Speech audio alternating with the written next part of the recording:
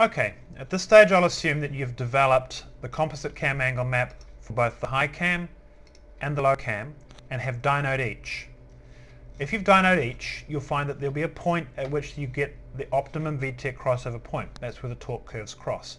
In the example here, the VTEC crossover point was best set at 4300 RPM. So, the lower boundary of the VTEC needs to be set at 4300 RPM. With a switch point of 98 kilopascals or 980 millibars, meaning you have to give it pretty much full throttle in order for it to switch at 4300 RPM. I recommend setting the upper boundary of the VTEC window pretty close to stock, 5800 RPM, and being fairly easy to switch in as you go higher in the rev range.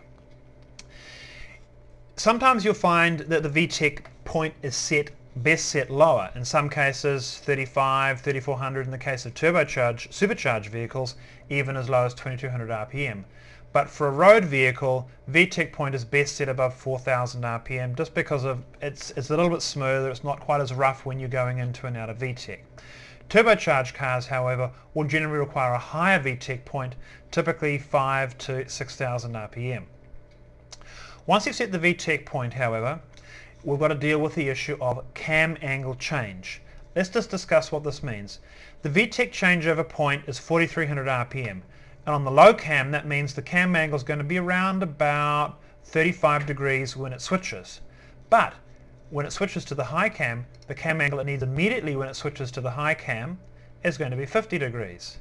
So at the VTEC point, the cam has to rotate around 15 degrees. This will cause a loss of power for the next 1000 or so RPM as the cam rotates into the correct position. So what I elect to do is I elect to lose a little bit of power before VTEC point and gain a little bit, quite a bit afterwards. In this case, what I would do is the VTEC point is 4300 RPM. So at the 4500 RPM point, I'm going to set the cam angle to 50 degrees.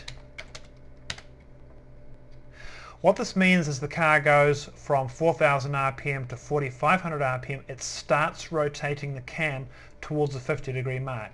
That way, at the VTEC switch point, it will be close to, if not at 50 degrees, ready for producing maximum power on the high cam.